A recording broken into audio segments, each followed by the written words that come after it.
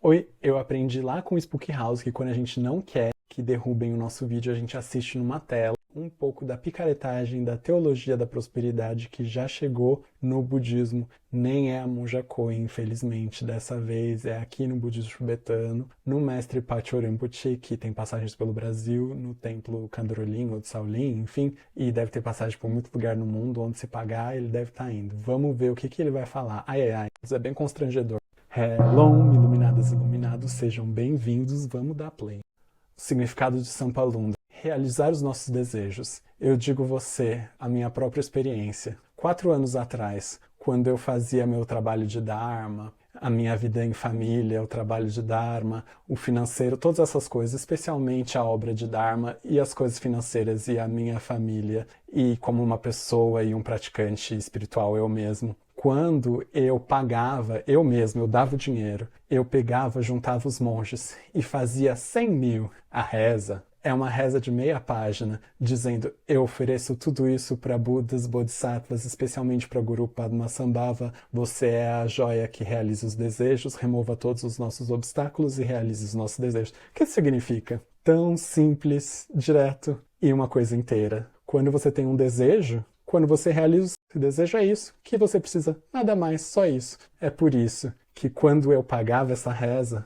tudo que eu fazia naquele ano, ia tão bem. E aí pensei, é minha superstição. E eu fiz um teste, 2 anos, não fiz nada. De verdade, eu trabalhei tanto, mas o resultado não era tão grande. E depois, no ano passado, eu paguei 200 mil dessas oferendas, eu mesmo. E as coisas fluíram, foi imenso. Eu começo pequeno e o resultado é grande. Então é por isso que é a minha própria experiência. Os meus estudantes dizem que a família, os amigos, você pode juntar e pagar 100 mil. Muito benefício para sua família e para os seus negócios, eu sei disso. Eu percebi isso. É por isso que eu faço esse puja para vocês. Comentário único, matador e fatal. Mestre Atisha, da linhagem Kadampa, diz: se não transcende os objetivos dessa vida, não é Dharma.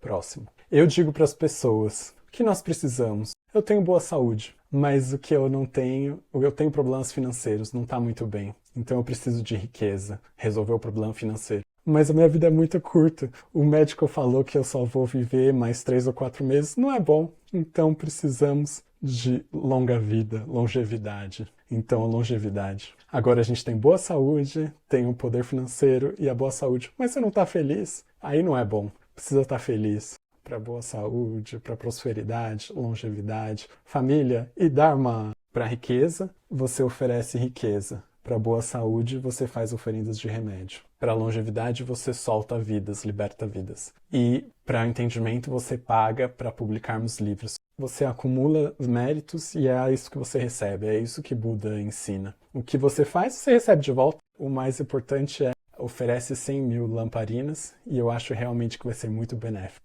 E o remédio é a comida.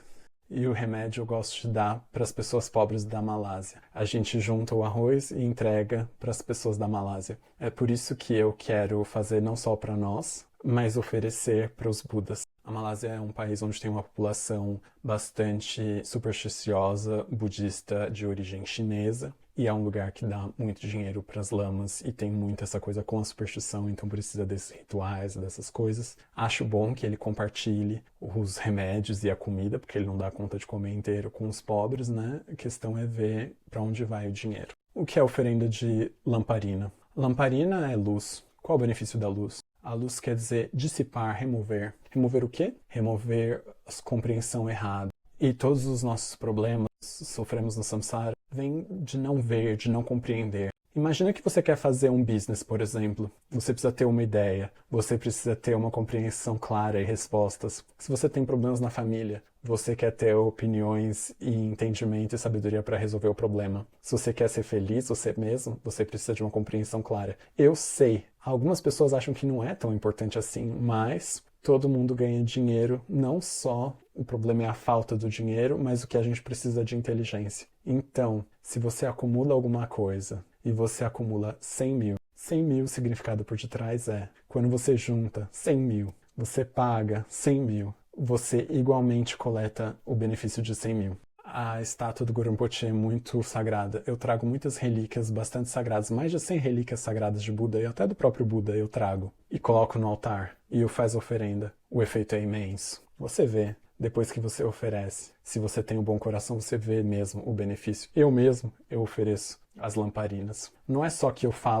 não falo só mentiras para as pessoas, eu também faço a lamparina. Então esse é o significado de fazer essas grandes ondas para a gente receber grandes resultados. Não tem falhas, não tem obstáculos quando você oferece 100 mil. Ai, ai, ai. Enfim, esses são alguns trechos de Teologia da Prosperidade. Eu acredito sim que às vezes a gente precisa fazer rituais para dissipar um pouco, assim, sabe? Para exorcizar, para mandar as coisas embora. Mas isso na dependência de ter um caso específico, ter alguma adivinhação, alguma recomendação, algum sinal. Como que a gente vai ter uma prática de generosidade ou fazer oferendas se é para receber imediatamente alguma coisa em troca, né? Não existe generosidade, então é um business, é um negócio.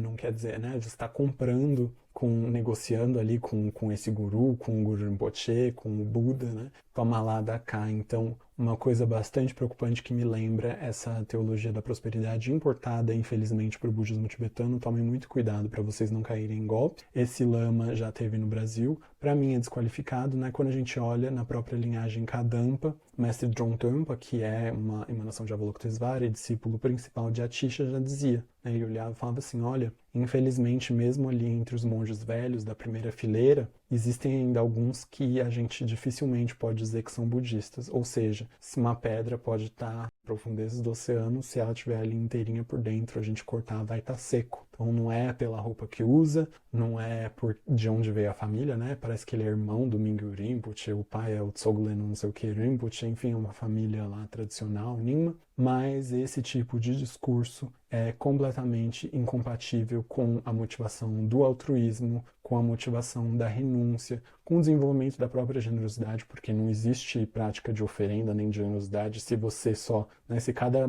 tigela de água você colocar porque você vai ganhar mais dinheiro, cada ritual, cada reza, você vai fazer a reza porque o seu business vai para frente, né? Se a sua preocupação for somente isso, né? O que tem ali de Dharma? O que tem de desenvolvimento da renúncia? O que tem de ajudar os outros? É muito, muito pobre, muito questionável. Infelizmente, né, trouxe porque a gente tem que abrir os olhos, abrir a nossa mente, questionar o status quo e, enfim, muito triste. Deixem suas... Cuidado com essas coisas, sabe? Que é muito dinheirista, assim, que quer arrancar muito. É claro que tudo tem custo, né?